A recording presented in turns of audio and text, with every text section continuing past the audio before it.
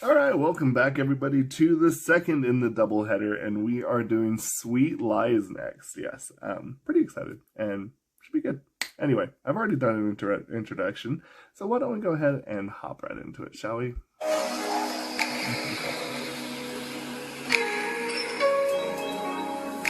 Look how big that crowd is. That's insane for anyone.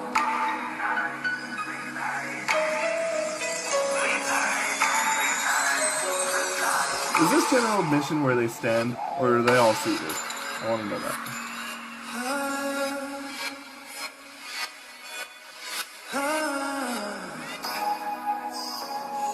Hold. Had to fix something, sorry.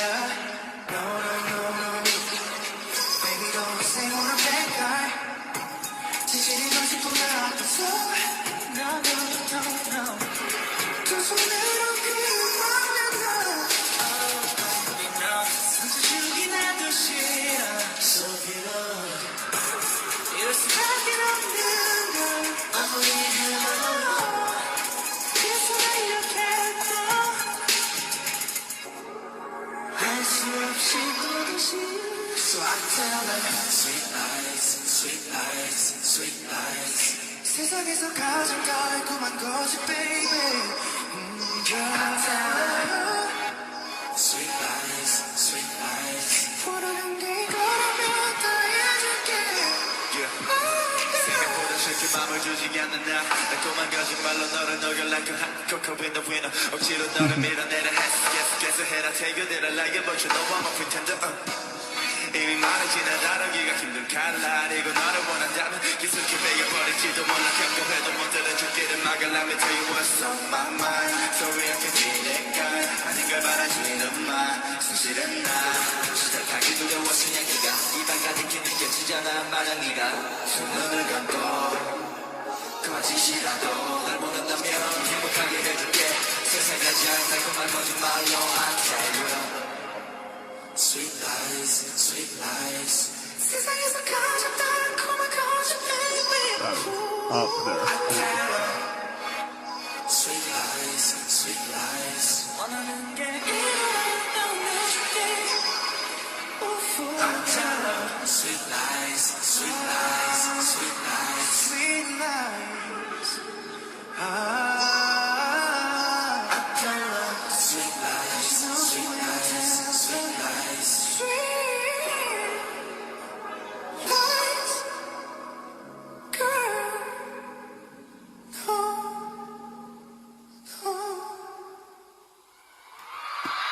Wow. Okay, that's redonkadonk. Oh my goodness. I feel like we just listened to two songs that are on the opposite spectrum here. The opposite side of the spectrum, I should say. So, here's the strange thing, okay? I'm going to let you in on a little bit of a secret. This is how you can truly tell.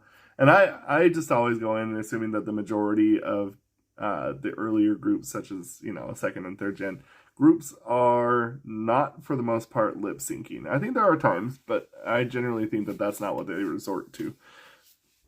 One thing, I actually had taken quite a few years on vocal training. And one of the things that's interesting about vocal training is that when it comes to singing higher notes, you have to be relaxed. I know a lot of people think that, like, in order to hit those higher notes, you have to be like pushing really hard, and you have to be like really like almost like screeching it. In reality, you only really have to do that if you're really getting up to that point. That is where you would actually want to include the diaphragm more than anything. Of course, most of the time you want to try and include the diaphragm.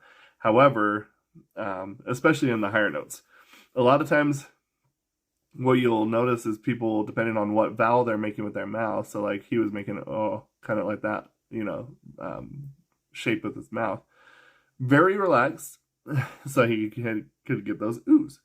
And a lot of times you'll actually see, and if you want like a good example of that, Sierra Boggs, I believe is her name.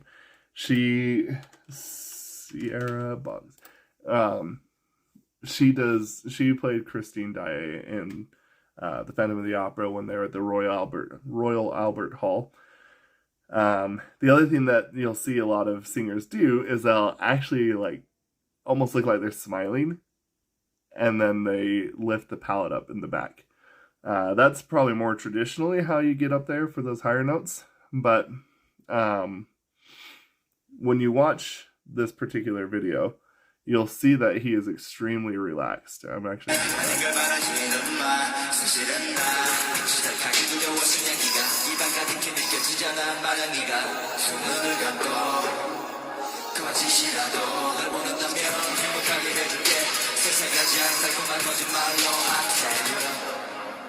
Sweet lies, sweet lies.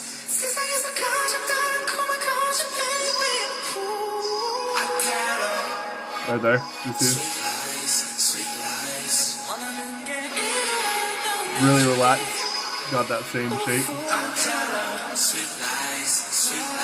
A lot of times too, when you see people that are singing, especially in a higher note range, one thing that you'll notice is that they will be extremely rigid. They will keep their back straight. The instrument, the diaphragm, has to be unimpeded for that to happen. Obviously, he already has incredible range, so this is probably a lot easier for him than someone like me to hit those notes. So I am so sorry. I'm getting way too nerdy about this. I just want to explain why that these ad-libs are really, really impressive. And that's just because the amount of control that you need in your diaphragm, it's very easy that if you can hit those notes to not let it go squirrely. So a lot of control is necessary, and you have to be pretty relaxed. And actually, a lot of times, another thing that you'll notice too is that they won't breathe through their mouth, which I know that sounds crazy, but like when you're singing, it seems very obvious to like that to get the air that you need. In reality, though, you'll see that throughout the whole time he's breathing through the nose. And a lot of times it's because when you breathe through them... I'm sorry, I'm getting nerdy again. When you breathe through your throat, or through the mouth, to hit those high notes, it's actually going to cool your vocal cords, thus making it harder to hit.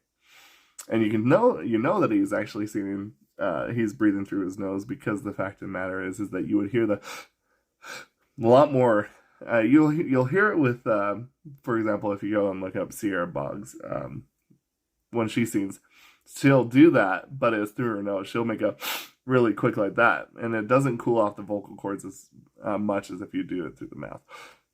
And so, yeah, some explanation as to why the vocal prowess in these ad-libs are so amazing. I would actually like to see, if this exists, let me know. But I would like to actually see a video that explains his range. Because, like, a lot of people, for example, have some octaves that they can sing. Like, for example, Freddie Mercury has like a 4-octave range, which is pretty insane. And he goes from, an F2, looks like a F2 flat to a G5. a full 3 octaves. And honestly, I think that I wouldn't be surprised if you know, Dio was close to that. So anyway, did you like my nerdiness? I really launched into that without telling you or giving you much warning that I was about to. I wasn't planning on it. The song is amazing. I think, like I said, it's kind of weird. It's like the opposite of the spectrum from the last song.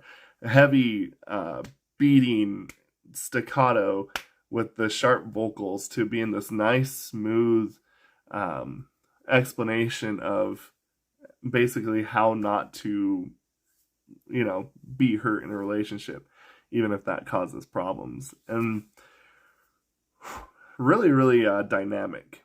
Really, really dynamic in the writing there. I really think that this is truly where they are shining, is that I think that they really, really just have the perfect mix of being able to do all of it because of the members that they have. And obviously, I think that's why it's really good to have almost like a choir set of vocals, like have a low, have like, you know, a bass, a tenor, and, you know, all that wrapped up in a group as much as you can.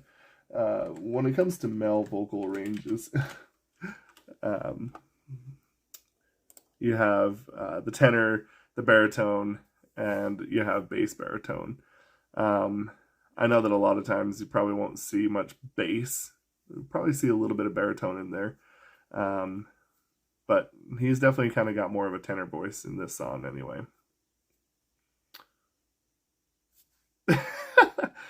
Yeah, also I really like the lyrics. I think that that's something that we all have a propensity to do.